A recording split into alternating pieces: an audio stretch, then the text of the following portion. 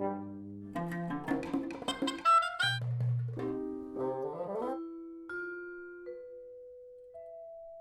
suis Florian Verhagen, enseignant de violon baroque à l'ENM de Villeurbanne. Nous pouvons commencer le violon baroque dès l'âge de 8 ans.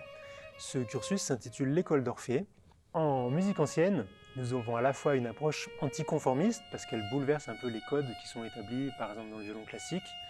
On vient découvrir de nouvelles habitudes de jeu, d'approche de la partition, et bien sûr une approche historique, où cette fois-ci, nous sommes dans une démarche de recherche des sources musicales, de découvrir les outils qu'utilisaient les compositeurs à l'époque, d'employer les instruments qu'ils avaient aussi à l'époque. Pour ce faire, dans la classe, on utilise les éditions anciennes, les traités, on va explorer les pratiques et les usages musicaux de ces époques. De façon générale, le rapport à l'instrument avec un violon baroque, on pourrait dire, est plus simple et plus détendu. Ceci notamment en raison que l'instrument est plus léger. On n'a ni mentonnière ni épaulière dessous. Et puis l'archet aussi est plus léger.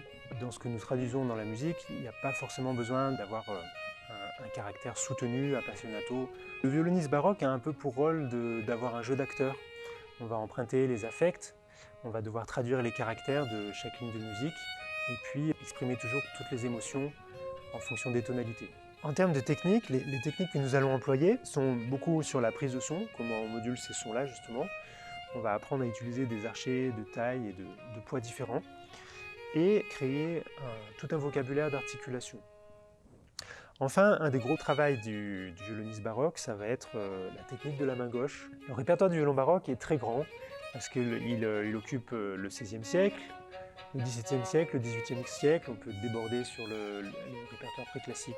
Pour le matériel, nous avons besoin d'un violon, doté au minimum de cordes en boyau, et d'un archet baroque. Soit on dispose d'un violon qu'on peut destiner à cette pratique, soit on peut le louer auprès d'un luthier spécialisé. Nous avons aussi en classe quelques archets en prêt qui nous permettent de démarrer sereinement. En musique ancienne, nous avons plein de projets. On peut partir du trio de musique de chambre, jusqu'à des ensembles de 10 personnes en autonomie et des petites formations en orchestre jusqu'à 15-20 personnes. Nous avons deux grands projets, soit autour d'un compositeur, soit autour d'un style, une thématique particulière. En plus de cela, il y a une année sur deux un projet avec la danse. Une année, c'est un grand bal Renaissance, dans lequel à ce moment-là sont mis à l'honneur des bandes de violon.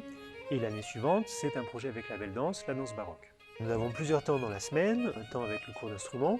Ce cours d'instrument peut être ponctué de classes communes, dans lequel nous avons l'occasion d'aborder soit un traité, soit une pratique d'ornementation particulière. Nous avons la grande chance à l'ENM de pouvoir disposer d'un cursus complet de culture de musique ancienne. C'est un cycle de conférences qui a lieu sur 2 ans.